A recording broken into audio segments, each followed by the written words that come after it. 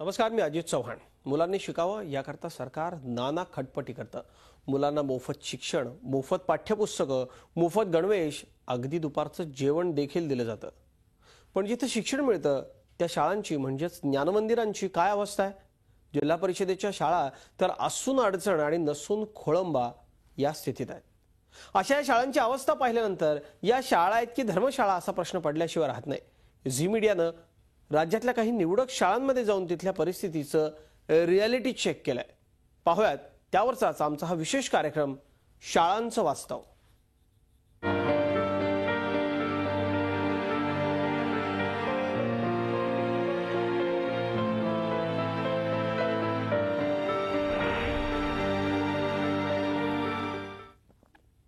जिल्हा परिषदाच्या प्राथमिक शाळांची अवस्था असून अडचण नसून खोळंबा अशी आहे। औरंगाबाद जिल्ह्यामधल्या जांभळा गावच्या प्रायमरी शाळेचा झी मीडियानं आढावा घेतला, त्यावेळी अनेक धक्कादायक गोष्टी समोर आल्यात। पाहूयात आमचे प्रतिनिधी विशाल करोळे यांचा स्पेशल रिपोर्ट। राज्यात शिक्षणावर कोट्यवधींचा खर्च होत असतो, मात्र तरी सुद्धा राज्यातील शिक्षणाची अवस्था बिकटच आहे। शिक्षणासोबतच शाळांची अवस्था सुद्धा बिकट आहे। आपण औरंगाबाद जिल्ह्यातील एका जिल्हा परिषदेच्या शाळेत आलेलो आहे। जांभळा या गावाची ही जिल्हा परिषदची शाळा आहे आणि या शाळेची अवस्था अतिशय बिकट अशी आहे। 256 मुलं शाळेत आहे, मात्र या शाळेमध्ये मुलांसाठी एक छोटंसं असं टॉयलेट आहे आणि एक टॉयलेट मुलींसाठी आहे। टॉयलेट जरी असलं म्हणजे हे टॉयलेट असून नसल्यासारखे असल्याची अवस्था या शाळेत आपल्याला पाहायला मिळते। महत्त्वाचं म्हणजे शाळा अगदी नाल्याच्या बाजूला बांधण्यात आली आहे। एखाद्या मुलाचा तोल गेला तर थेट नाल्यात जाऊन पडण्याची भीती आहे, म्हणजे अपघाताची मोठी भीती या ठिकाणी आहे। 1 ते 7 या वर्गापर्यंत इथे वर्ग आहेत। 250 पेक्षा जास्त विद्यार्थी या ठिकाणी शिकतात, मात्र शाळेच्या विद्यार्थ्यांची शाळेची अवस्था ही अशी आहे। अनेक वर्गात तिथं साधे बसायला बेंचेस सुद्धा नाही आहे। 3ऱ्या आणि 4थ्या वर्गाची मुलं खाली बसून शिक्षणाचे धडे गिरवत आहेत। सर्वात महत्त्वाचं म्हणजे 250 विद्यार्थी सुद्धा या शाळेत असून या ठिकाणी अजूनही गणवेशांचं वाटप करण्यात आलेलं नाही आहे, त्यामुळे मुलं अजूनही घरच्याच ड्रेसमध्ये येतात। अशा पद्धतीनं मुलं खाली बसतात आणि शिक्षणाचे धडे गिरवतात, कारण की या ठिकाणी बेंचेस जे वाटण्यात आलेले आहेत ते फक्त 2च वर्गाला देण्यात आलेले आहे। त्यामुळे बाकी सगळे विद्यार्थी अशा पद्धतीनं खाली बसूनच अभ्यास करतात, धडे गिरवतात। दुसऱ्या एका वर्गात जाऊया, ज्या ठिकाणी बेंचेस आहेत त्या ठिकाणची काही फारशी चांगली अवस्था अशी नाही। 3 वर्ष आधी हे बेंचेस आलेले आहेत, मात्र या बेंचेसची अवस्था ही अतिशय बिकट अशीच आहे। काही ठिकाणी आता बेंच तुटले आहे, काही शिक्षक स्वतःच्या पैशातूनच हे बेंच रिपेअर करतात आणि मुलांना वापरायला देतात। छत पाहू शकतोय, पाऊस आला की हे सगळं छत गळतं आणि वर्गखोली जणू एक स्विमिंग टँकचं रूप घेते। सर, शाळेची अवस्था एकूणच खूप बिकट अशी दिसते। ठिकठिकाणी पाऊस आला तर पाणी गळतं अशी अवस्था आहे। शाळेमध्ये पाण्याची सोय नाही आहे, स्वच्छ टॉयलेट बाथरूमची अवस्था बिकट आहे। खूप वाईट अवस्था आहे। तुम्ही मागणी केली नाहीये? आम्ही दरवर्षी गेल्या 2 वर्षापासून मी शाळा दुरुस्तीची मागणी करतोय, परंतु जिल्हा परिषद प्रशासनाकडून कोणत्या प्रकारची दखल घेतली जात नाही। आणि या जिल्हा परिषद प्राथमिक शाळा जांभळा या शाळेमध्ये 1 ते 7चे वर्ग असून 226 विद्यार्थी या ठिकाणी शिकत आहे आणि या सर्व विद्यार्थ्यांसाठी जवळजवळ 7 खोल्यांची आणि 1 मुख्याध्यापक कार्यालयाची आवश्यकता असताना सुद्धा या ठिकाणी फक्त 5च वर्ग खोल्या उपलब्ध आहे आणि त्या सुद्धा पावसाळ्यामध्ये पूर्णपणे 100% गळत असतात आणि पाऊस जास्त पडल्यानंतर मुलांना सोडून द्यावं लागतं। अशा प्रकारची अवस्था या ठिकाणी आहे। गावकरी आपल्यासोबत आहेत, काय वाटतं खरंच ही शाळा आहे चांगली? अत्यंत दयनीय अवस्था आहे। तर या ठिकाणी फक्त 5 वर्ग खोल्या आहेत, तर त्याच्याऐवजी 8 किंवा 9 वर्ग खोल्या पाहिजे। म्हणजे 7 वर्गासाठी 1, ऑफिससाठी 1, लायब्ररीसाठी 1 अशा खोल्या पाहिजे आणि शाळेला सुसज्ज असं प्रांगण पाहिजे। काही विद्यार्थ्यांसोबत संवाद साधूया। विद्यार्थ्यांना काय वाटतं, कशी असावी त्यांची शाळा, आपण विद्यार्थ्यांसोबत बोलूया। कितवीचा वर्ग आहे मॅडम? हा 5वीचा हा वर्ग आहे। सगळे मुलं वेगवेगळ्या कपड्यांमध्ये दिसत आहे। याचं कारण मूळ म्हणजे अजूनपर्यंत यांना गणवेश वाटप झालेलं नाहीये। काही मुलांशी बोलूया आपण। कशी असावी शाळा, तुम्हाला काय वाटतं? कोणी सांगेल मला, कशी आहे तुमची शाळा? सांगशील बेटा? कशी आहे? छान आहे। छान आहे। तुम्हाला अजून गणवेश दिला नाही, शाळेचा ड्रेस नाही? अजून वाटले नाहीत का? नाही। बरं, शाळेमध्ये पिण्याचं पाणी, खिचडी मिळते तुला? हा, हो। निरागस मुलं आहेत, शाळेमध्ये काय मिळतं काय मिळत नाही याची सुद्धा माहिती त्यांना नाही आहे। मुलं सांगतायत मिळतंय, मात्र सत्य परिस्थिती काहीशी वेगळी आहे। शाळेची अवस्था इतकी बिकट आहे की शाळेमध्ये साधा शिपाई सुद्धा नाही आहे। त्यामुळं विद्यार्थीच शाळेची सकाळी साफसफाई करतात. जर शिक्षणाचा हा दर्जा असेल तर शासन कोट्यवधी रुपये खर्च जो शिक्षणावर करतो तो जातो कुठं असा प्रश्न या निमित्तानं पुढे येतोय. व्हिडिओ जर्नलिस्ट मोहम्मद तौकीफसह मी विशाल करोळे, झी मीडिया, औरंगाबाद. खरं तर जिल्हा परिषदेच्या राज्यामधल्या काही शाळा आहेत ज्या शिक्षकांनी तिथल्या प्रयत्नाने खूप चांगल्या ठेवल्या आहेत. अशा बातम्या देताना खूप कौतुक वाटतं आम्हाला, पण हे वास्तव दाखवताना मनाला खूप त्रास होतोय, वेदना होते. आमच्या पैशातला टॅक्सच्या पैशामधला प्रचंड मोठा खर्च सरकार या शिक्षणावरती करतं, पण सर्वसामान्यांना काही मिळत नाही. सरकारी शाळांची अवस्था तर बिकट आहेच, मात्र 100% अनुदान लाटणाऱ्या खासगी शाळा मरणासन्न अवस्थेत भरवल्या जात असल्याचं चित्र आहे. औरंगाबादच्या जांभळी तालुक्यातल्या जगदंबा विद्यालयात 8वी ते 10वी पर्यंत वर्ग भरतात. तिथली काय नेमकी परिस्थिती आहे पाहूया. राज्यातील सरकारी शाळांची अवस्था बिकटच आहे. कोट्यवधींचा निधी त्यांच्यासाठी येतो, मात्र तरी सुद्धा शाळांचं इन्फ्रास्ट्रक्चर अजूनही अतिशय दयनीय स्थितीत आहे. मात्र 100% अनुदानित असलेल्या खासगी संस्थांच्या शाळांची अवस्थाही काही वेगळी नाही. औरंगाबाद जिल्ह्यातील जांभळा गावातील हे जगदंबा विद्यालय आहे. या ठिकाणी 8वी, 9वी आणि 10वीचा वर्ग आहे. हे 3 वर्ग या ठिकाणी असतानाही या शाळेची इमारत आपण बघू शकतोय. फक्त 2 खोल्यांमध्ये ही शाळा भरते. खरं तर इथं 10वीचा वर्ग आहे. इथं सुसज्ज अशी प्रयोगशाळा असायला हवी, सुसज्ज असे क्लासरूम असायला हवे आणि तेवढं शिकवणारे सुसज्ज असे शिक्षक सुद्धा असायला हवे. मात्र असं काहीही या शाळेत नाही आहे. फक्त 2 खोल्या आणि दूर कुठेतरी एक 3री खोली अशा ठिकाणी ही शाळा भरते आणि या शाळेचा कारभार चालतोय.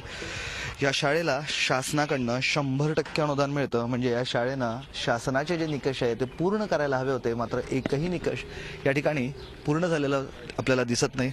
महत्त्वाचं म्हणजे 8वी, 9वी आणि 10वीची ही शाळा असताना देखील या ठिकाणी विद्यार्थ्यांना बसायला सदैव बेंचेस नाही आहेत. आपण बघू शकतोय विद्यार्थी अशा पद्धतीनं खाली बसलेले आपल्याला पाहायला मिळतात. खरं तर या विद्यार्थ्यांसाठी बेंचेस असणं खूप जास्त गरजेचं होतं, मात्र संस्थेकडनं याचीही पूर्तता करण्यात आलेली नाही आहे. त्यामुळे विद्यार्थ्यांच्या नशिबी असा खाली बसूनच अभ्यास करावा लागतोय. या शाळेमध्ये 180 विद्यार्थी म्हणजे जवळपास 200च्या आसपास विद्यार्थी शिक्षण घेत असतात. आणि अशा असतानाही शाळेची अवस्था बघितल्यावर खरंच या शाळेमध्ये शिक्षण शिकवलं जातं आणि त्याचा दर्जा काय असेल याचा विचार करण्याची गरज निर्माण होते. पण बघू शकतो ही शाळा. आपल्यासोबत शाळेचे मुख्याध्यापक आहेत. मुख्याध्यापक साहेब, मला सांगा, 8वी, 9वी, 10वीचे वर्ग इथे आहेत. इथे बेंचेस असणं महत्वाचं आहे, इन्फ्रास्ट्रक्चर असणं महत्वाचं आहे. काहीच इथे दिसत नाही का हो? त्याच्यामध्ये जे आता घ्यायचे आम्हाला, कारण ही जी शाळा आहे इथं तिकडं ऑफिस घेतलेलं आहे, तिकडं खुर्च्या टेबल सगळे आहे आणि मुलाची खुर्च्याची बसायची व्यवस्था आहे. सगळी व्यवस्था तिकडं आहेच. एक टीप इकडे जाते आणि तिकडं शिकवलं जातं त्याला. किती वर्ष जुनी शाळा आहे ही शाळा 90-91ची. 90-91ची म्हणजे आज जवळपास किती वर्ष झालेत तुम्हीच सांगा. तिला आज भरपूर दिवस झाले, तरी सुद्धा अजूनही बेंचेसची पूर्तता सुरू आहे. मी बेंचेस घेऊ आता यावर्षी. एका वर्गात आहे बेंच. एका वर्गात आहे. शाळेला 20 वर्षापेक्षा जास्तचा कालावधी उलटला आहे आणि तरी सुद्धा अजून बेंचेसची पूर्तता सुरू आहे असं शाळेच्या व्यवस्थापकांना सांगण्यात येत आहे. एका वर्गामध्ये मुलींसाठी काही ठिकाणी आहे बेंचेसची व्यवस्था, मात्र कदाचित हेच शाळेचं भूषण आहे असं शाळेला वाटतं आणि हेच दाखवण्याचा ते प्रयत्न करत आहेत. बाकी सर्व ठिकाणी हे मुलं खालीच बसतात. मला सांगा, तुमच्याकडे 10वीचाही वर्ग आहे.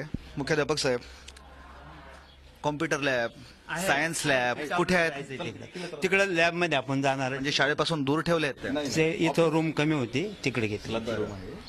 ते दाखवतो तुम्हाला. कार्यालय कुठे आहे हो? तिकडेच जायचं आपल्याला कार्यालय. तुमच्या कार्यालयात सुद्धा जाऊया. तुर्तास शाळेची lab, computer lab, science lab हे कुठेतरी दूर असल्याचं शाळेतील मुख्याध्यापक सांगतात. मात्र सध्या शाळेची अवस्था बघितल्यावर अतिशय बिकट अशी आहे. 100% अनुदान मिळतं. हे अनुदान कशासाठी वापरलं जातं असा प्रश्न या निमित्तानं उभा ठाकतोय.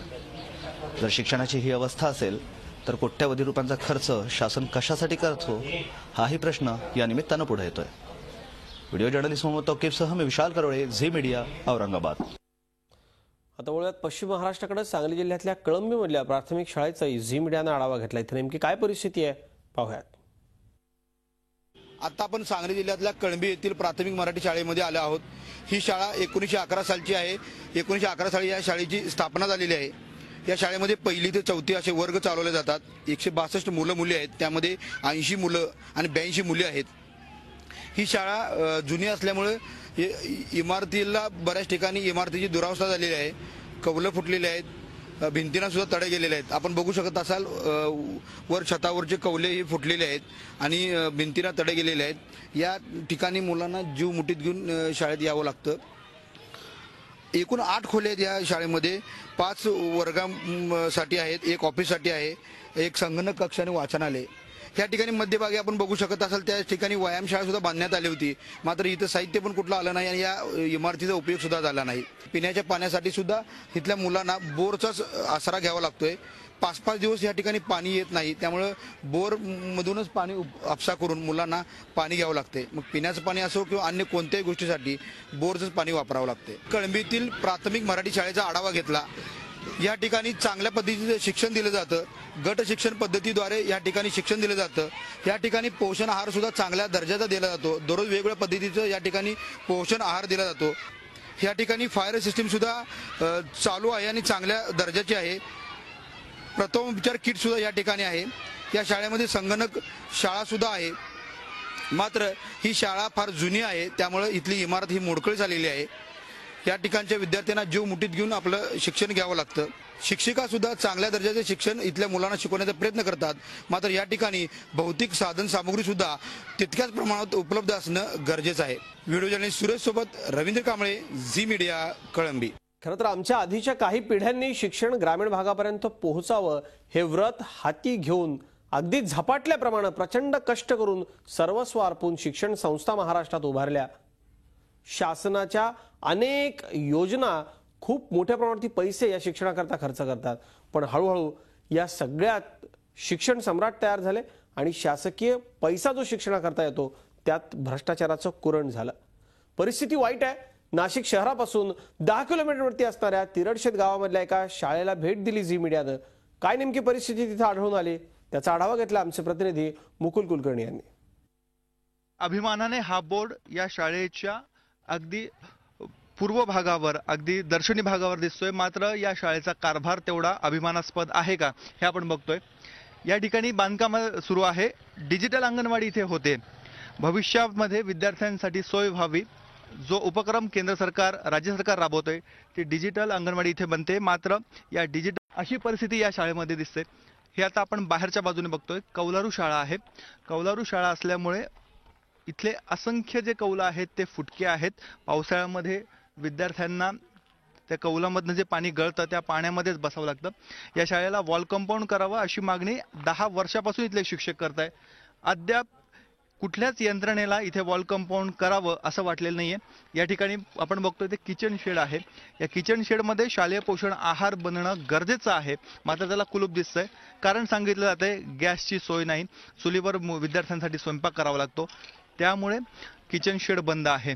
हे सर्व विदारक वास्तव आता ही सुरुवात झालेली आहे. आतमध्ये जसं जसं आपण जाऊ तसतसे अनेक धक्के आपल्याला बघावे लागणार आहेत आणि ते पचवावे लागणार आहेत. कारण यंत्रणा अत्यंत निष्काम इथे दिसून येते. शाळेच्या प्रांगणातून आपण सुरुवात केली. शाळेचं प्रांगण कसं होतं आणि बाहेरची वस्तुस्थिती काय होती ते बघितल्यानंतर आपण आता आतमध्ये येतोय. इथे आतापर्यंत संपूर्णतः शालेय पोषण आहाराचे पोते होते, धान्य होतं. हे इथल्या कोठ्यांमध्ये भरलं जातं. इथेच विद्यार्थ्यांचा अध्यापनाचं कार्य चालतं. इथेच विद्यार्थी शिकतात आणि याच ठिकाणी पोते असतात, याच ठिकाणी ह्या कोठ्या असतात आणि त्याच्यामध्ये धान्य ठेवलेलं आहे. शालेय पोषण आहार, जिल्हा परिषदेची शाळा, विद्यार्थ्यांचं शिक्षण, ह्या पाट्या शासनाकडनं ज्या पाट्या मिळाल्या होत्या त्या अत्यंत निकृष्ट दर्जाच्या होत्या. त्यामुळे इथल्या शिक्षकांनी ह्या देणगीदार शोधून त्यांच्या माध्यमातून अशा पाट्या इथे बनवून घेतलेल्या आहेत. विद्यार्थ्यांची सोय केलेली आहे.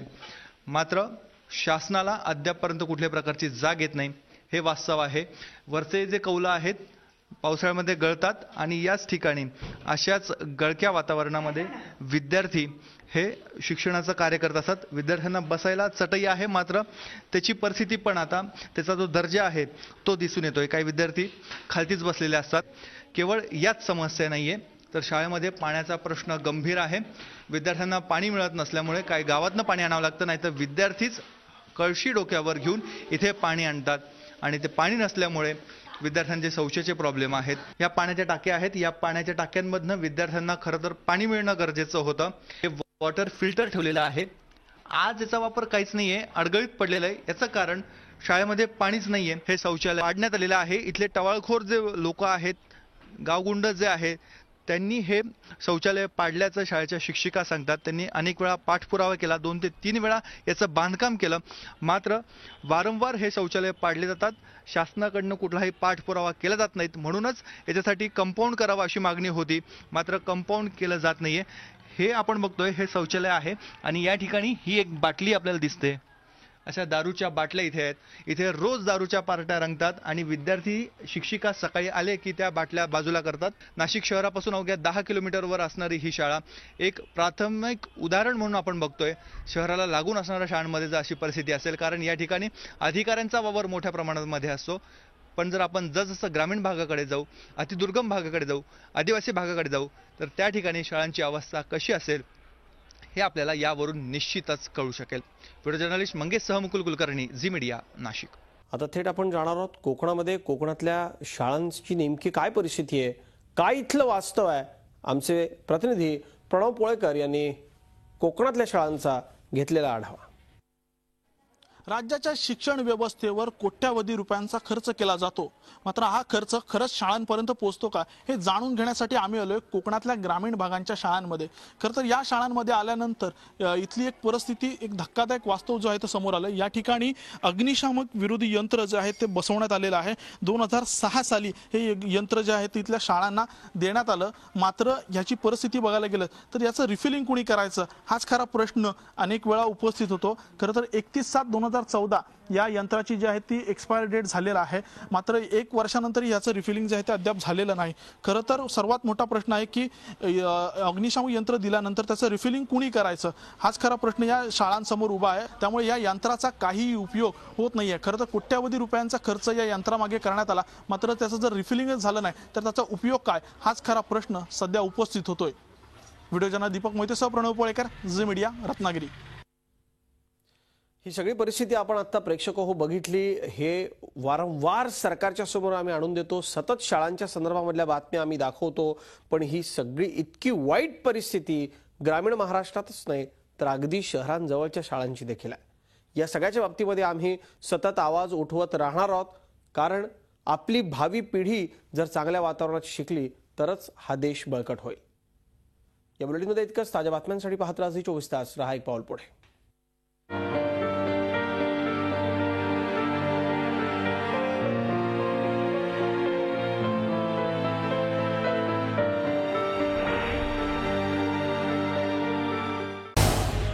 झी 24 तास रहा एक पाऊल पुढे.